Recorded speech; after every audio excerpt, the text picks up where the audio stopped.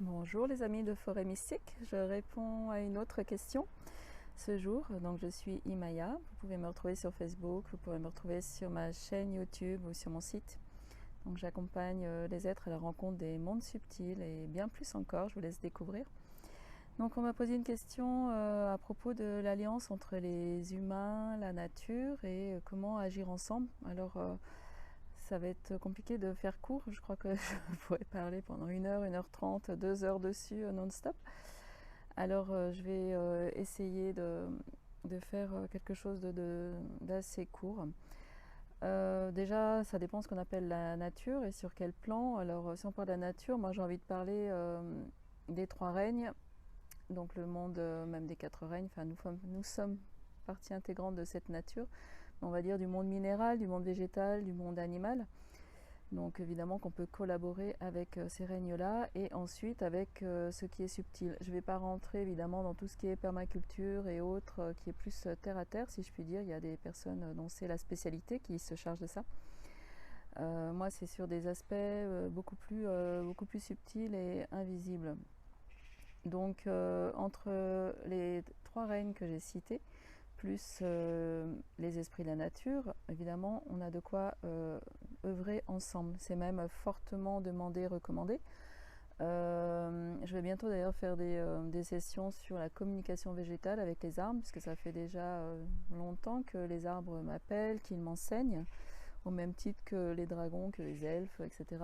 Les arbres sont juste des êtres merveilleux. Je ferai peut-être une vidéo spécialement pour eux. Et quand on prend le temps de les écouter, travailler avec eux, on apprend énormément de choses. Donc voilà, on peut travailler avec le peuple végétal, simplement en se mettant en communication avec un outil, ça peut être un outil de reliance, hein, comme les baguettes, le pendule, et ils peuvent nous indiquer des choses toutes simples. Où est-ce qu'ils ont envie d'être, si on doit les planter, qu'est-ce qui leur manque, de quoi ils ont besoin. Bon voilà, ça c'est une façon très concrète de travailler avec eux.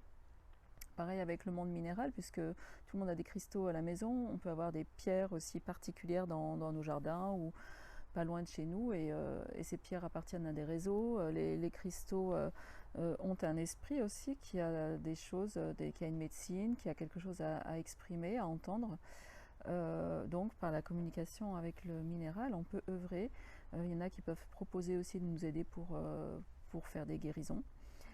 Pour aider dans des soins particuliers. Il y a des pierres dans la nature qui sont aussi des pierres de guérison, d'autres qui sont comment dire, des pierres avec une haute vibration et qui ont des choses à nous apprendre ou à nous transmettre. Enfin voilà, c'est pas exhaustif, il y a vraiment énormément de cas de figure. Et puis après, il y a tous les esprits de la nature, ce qui comprend et les élémentaux d'un côté et tous les autres. Donc ça, pour avoir la distinction, je vous invite à suivre mes transmissions sur les gardiens de la terre, où j'explique précisément la différence entre les élémentaux et les autres esprits de la nature, parce que ce n'est absolument pas du tout le même rôle ni la même fonction. Donc ça, c'est tout en ligne, vous pouvez avoir accès à mes cours. Ça sera tout dans le descriptif. N'hésitez pas à me contacter à ce sujet. Mais effectivement, on peut évidemment, et même je ne vais pas dire on doit, mais selon son niveau de sensibilité, on peut créer des alliances avec certains êtres, déjà avec tous les êtres élémentaux, du premier, du deuxième ou du troisième cercle. Je vous renvoie à mes cours pour ceux qui les ont suivis. Suivant s'ils sont du premier, du deuxième ou du troisième cercle, on ne va pas faire tout à fait le même genre de travail avec eux, évidemment.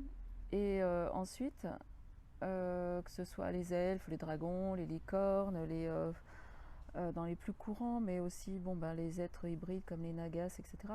Tout cela sont très particuliers. Chaque être a une proposition à faire en fonction de notre sensibilité et une alliance ou un enseignement ou un soutien.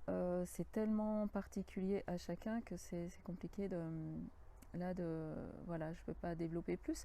Je peux donner quelques tout petits exemples comme ça. Par exemple, quand je vais en forêt, suivant les soins que je fais en forêt avec des personnes, par exemple, il y a les petites fées des arbres ou les petits lutins, donc les élémentaux de la terre, qui interviennent et qui demandent s'ils sont invités à rentrer dans les corps subtils de la personne. Ils vont se mettre dans les corps émotionnels à différents endroits et ils vont agir, ils vont comment dire, oui, défaire des énergies trop lourdes, ils vont transmuter.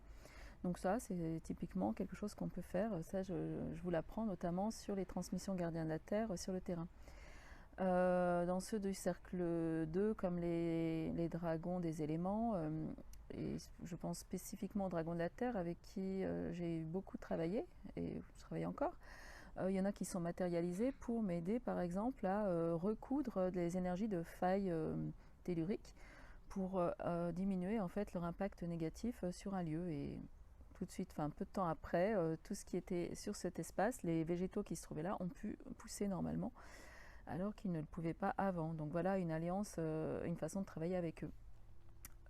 Ensuite, par exemple avec les dragons, comme je l'expliquais dans mon autre vidéo, peuvent être là pour nous aider à nettoyer des lieux, peuvent être là pour nous protéger, etc. Les elfes, il y en a certains qui sont là pour nous enseigner aussi, comme ceux qui ont suivi les transmissions connaissent voilà, notre elfe de référence qui est disponible à tout moment, puisque comme j'ai déjà expliqué, ils sont à la fois ils sont multidimensionnels, ils sont présents ici et ailleurs.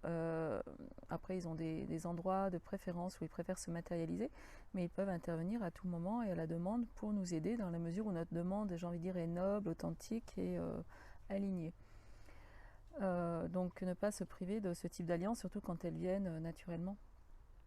Bon, il y aurait encore, je pourrais parler comme ça des licornes qui, moi, me sont parues dans beaucoup de lieux, qui sont vraiment, elles incarnent cette pureté, cette lumière, cette blancheur, qui est parfois insoutenable pour certaines personnes et qui procurent des soins de guérison aussi qui sont extraordinaires et qui peuvent aussi nous guider sur des lieux particuliers. Moi, beaucoup de ces êtres m'ont présenté des lieux, des lieux sacrés, et m'ont montré comment ils fonctionnaient. Ils me les ont vraiment offerts avec le mode d'emploi pour que je puisse les utiliser pour moi, pour les autres personnes et amener les personnes. Donc c'est aussi une des alliances, une façon d'œuvrer avec eux. Ensuite, si on a la chance d'avoir par exemple un jardin, on peut complètement travailler quand on connaît ces différents alliés, œuvrer avec eux en leur demandant ce qui serait bon pour cet espace, pour ce lieu, qu'est-ce qu'il y a à créer. Et c'est ainsi que je me suis retrouvée d'ailleurs à créer, la personne se reconnaîtra, où les personnes, par exemple des sortes de roues de médecine, des roues de vie dans certains lieux, certains parfois avec des fées, des éléments, parfois avec des elfes, parfois avec des dragons. Ils ont demandé à ce que soient créées des structures dans ces lieux, dans ces espaces, pour pouvoir vraiment changer la vibration et l'augmenter. Donc ça, c'est aussi un travail moi que je vous offre, voilà, quand vous me demandez une harmonisation d'un lieu ou à mieux connaître votre espace, votre jardin, votre forêt, etc. Moi, je viens avec la batterie de tous mes alliés pour vous aider aussi à préparer votre terrain autrement, pour qu'il soit plus apte à recevoir des nouvelles et des hautes énergies en relation avec ces êtres-là, quels qu'ils soient, ceux qui sont le plus adaptés à vous en fait. Voilà, donc j'ai essayé de répondre au mieux à cette question. J'espère que ça vous fera pétiller. S'il y a des questions annexes qui interviennent suite à cette vidéo, n'hésitez pas à les mettre dans les commentaires et puis ça m'inspirera peut-être d'autres vidéos. Voilà, je vous dis au revoir, à très bientôt pour une autre vidéo.